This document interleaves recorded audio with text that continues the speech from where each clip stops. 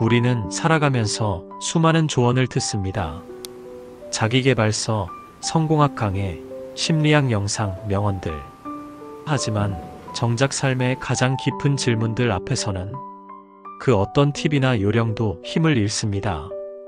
왜 나는 살아야 하는가? 왜 고통은 반복되는가? 왜 나는 사랑받지 못하는 것 같은가? 왜 잘해도 허전하고 이루어도 공허한가? 이런 질문에는 단순한 기술이 아니라 근본적인 이야기가 필요합니다. 삶을 꿰뚫는 이야기. 그리고 그 이야기는 성경에 있습니다. 그 중에서도 오늘 당신과 함께 나눌 이야기는 성경의 맨 첫 장, 바로 창세기입니다. 왜 하필 창세기일까요? 그 이유는 분명합니다. 지금 우리가 겪는 혼란, 외로움, 실패, 질투, 욕망, 좌절.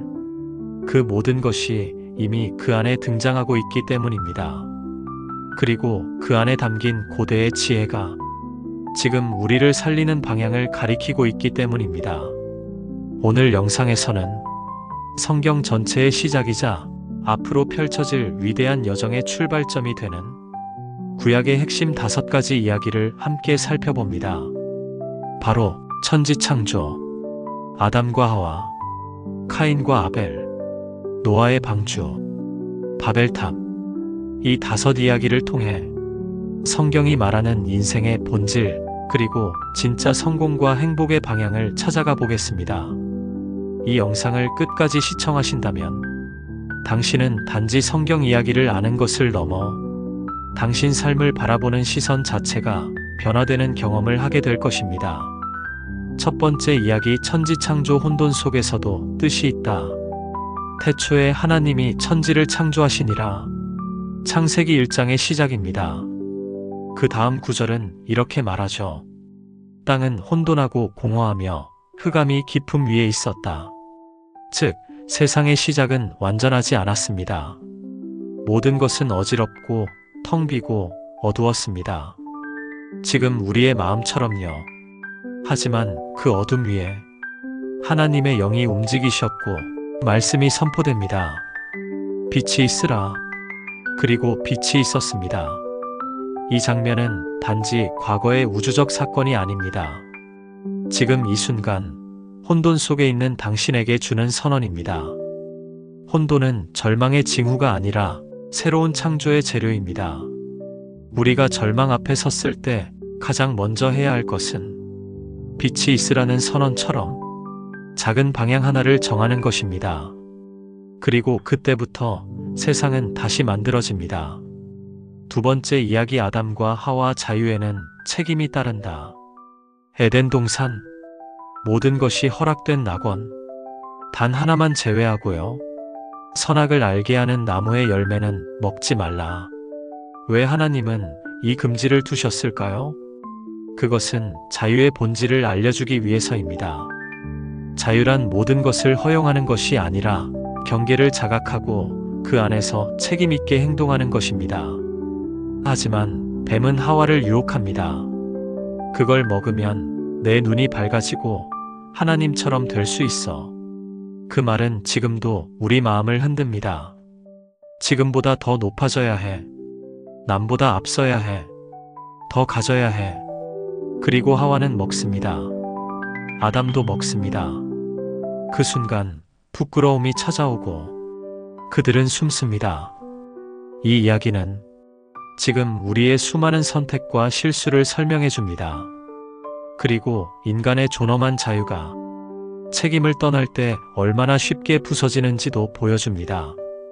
세 번째 이야기, 카인과 아벨. 비교는 관계를 무너뜨린다. 아담과 하와의 아들 카인과 아벨. 두 사람 모두 제물을 하나님께 드립니다. 하지만 하나님은 아벨의 제물만 받으시고 카인의 제물은 받지 않으십니다. 이유는 명확히 기록되지 않았습니다. 하지만 우리는 압니다. 마음이 문제였다는 것을. 카인은 질투에 휩싸입니다. 그리고 동생을 들판으로 불러내어 그를 죽입니다. 인류 최초의 살인. 그 뿌리는 비교와 시기였습니다. 그리고 하나님이 묻습니다. 내 아우 아벨은 어디 있느냐? 카인의 대답은 차갑습니다. 내가 아우를 지키는 자입니까? 이 질문은 지금 우리에게도 던져집니다. 당신 옆에 있는 사람을 당신은 지켜주고 있습니까? 비교는 성장의 도구가 아닙니다. 관계를 파괴하는 칼날입니다. 네 번째 이야기, 노아의 방주 비웃음 속에서도 묵묵히 준비하라. 세상은 타락했고 하나님은 그 악을 보고 슬퍼하셨습니다. 그러나 노아는 의인이었습니다. 하나님은 말씀하십니다.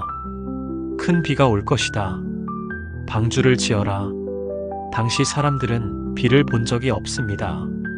그런데 노아는 산 위에 배를 짓기 시작합니다.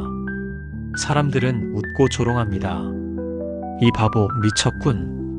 배는 바다에서 짓는 거야. 하지만 노아는 포기하지 않습니다. 100년간 그는 묵묵히 방주를 짓습니다.